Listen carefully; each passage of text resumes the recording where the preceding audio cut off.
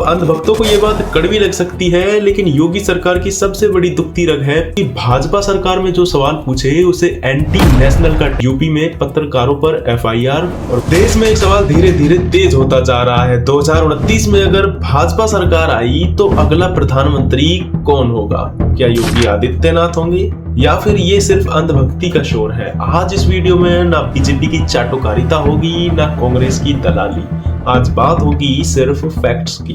सबसे पहले बात करते हैं उन कामों की जिन्हें चाहकर भी नजरअंदाज नहीं कर सकते। साल 2017 से पहले यूपी को बीमारू राज्य कहा जाता था। पिछले कुछ सालों में क्या बदला, जानेंगे इस वीडियो में। एनसीआरबी के डेटा के अनुसार यूपी में दंगों की संख्या में भारी गिरावट आई है। अपराधियों के मन में खौफ पैदा करने के लिए बुलडोजर को एक सिंबल बना दिया गया है। हालांकि ये विवादित है, लेकिन जनता के एक बड़े वर्ग को लगता है कि अब उनकी बेटियां सुरक्षित हैं। आज यूपी एक्सप्रेसवे प्रदेश बन चुका है। 341 किलोमीटर का पूर्वांचल एक्सप्रेसवे हो या बुंदेलखंड एक्सप्रेसवे, कनेक्टिविटी ने व्यापार के नए रास्ते खोले हैं।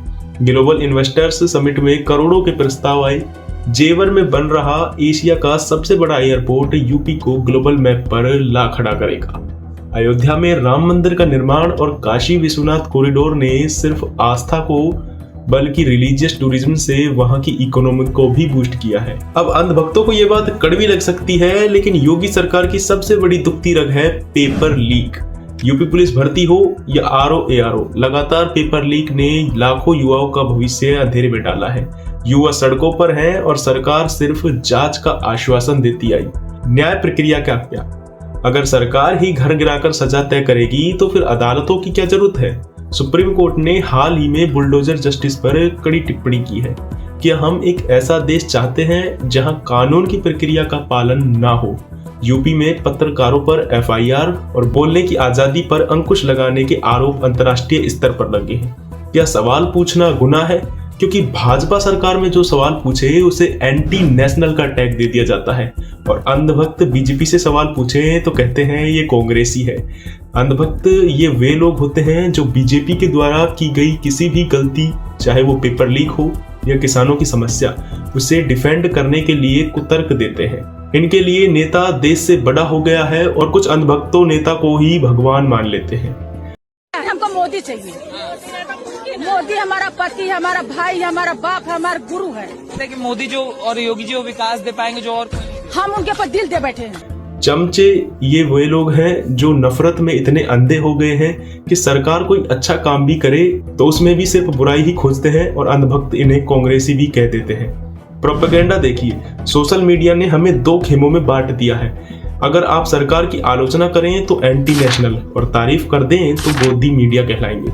हमें इस बाइनरी से बाहर निकलकर तथ्यों पर बात करनी होगी। अगर हम हिंदू, मुस्लिम, कांग्रेस, बीजेपी, मंदिर, मस्जिद, अंधभक्त और चमचागिरी पर ही अटके रहे तो देश को बर्बाद होने से कोई नहीं रोक सकता। फिर चाहे देश के प्रधानमंत्री बीजेपी के प्रधानमंत्री मोदी या योगी हो या फिर कांग्रेस के राहुल गांधी। योगी सरकार ने अपराधियों के खिलाफ बिना कोर्ट के अंतिम फैसले के घर, दुकान, जमीन पर बुलडोजर चलाया। भारत का संविधान कहता है दोषी या निर्दोष का फैसला कोर्ट करेगा। सरकार जज नहीं बन सकती, लेकिन यूपी में एफआईआर, फिर मीडिया ट्रायल, फिर बुलडोजर। कई मामलों में बाद में पता चला कि घर किसी और का था या केस साबित ही नहीं हुआ था। सुप्रीम कोर्ट ने टिप्पणी की, punishment can not be decided by bulldozer, यानी यह तरीका असंवैधानिक है। इसमें गरीब और अल्पसंख्यक ज्यादातर प्रभावित हुए। डर का माहौल बना, न्याय प्रक्रिया कमजोर हुई।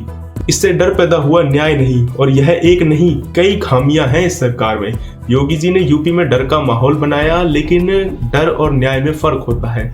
उन्होंने इंफ्रास्ट्रक्चर बनाया पर संविधान को कमजोर किया। उन्होंने अपराधियों को डराया लेकिन युवाओं को निराश किया। और जब किसी देश की सत्ता सरकार अच्छे से काम ना कर रही हो तो एक जागरूक वर्ग की तरह हमें विपक्ष के साथ जुड़ जाना चाहिए, क्योंकि जिस देश का विपक्ष मजबूत होगा उसी हिसाब से सत्ता सरकार काम करेगी। मैं आपसे यह नहीं कह रहा कि योगी को वोट मत दो, मैं यह भी नहीं कह रहा कि कांग्रेस को वोट दो। मैं सिर्फ इतना कह रहा हूं, नेता से सवाल पूछो, डर से नहीं तर्क से, नफरत से नहीं तथ्य से।